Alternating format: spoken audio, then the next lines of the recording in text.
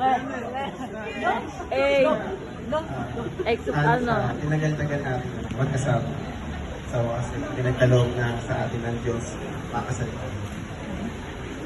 Papasalamat ako sa Kanya na ikaw ang pinagkaloob niya sa akin.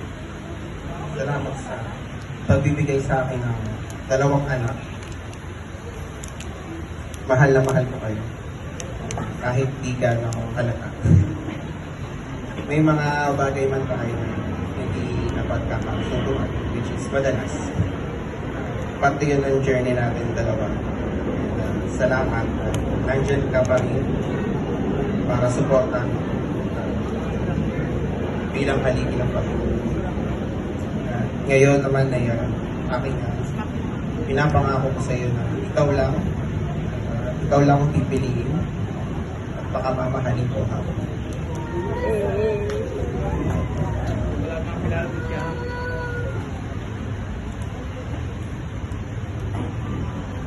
From the time I met you, I had no idea this day would turn into something beautiful as now. Who would have thought that you would be my angel? You're someone I never expected to become part of.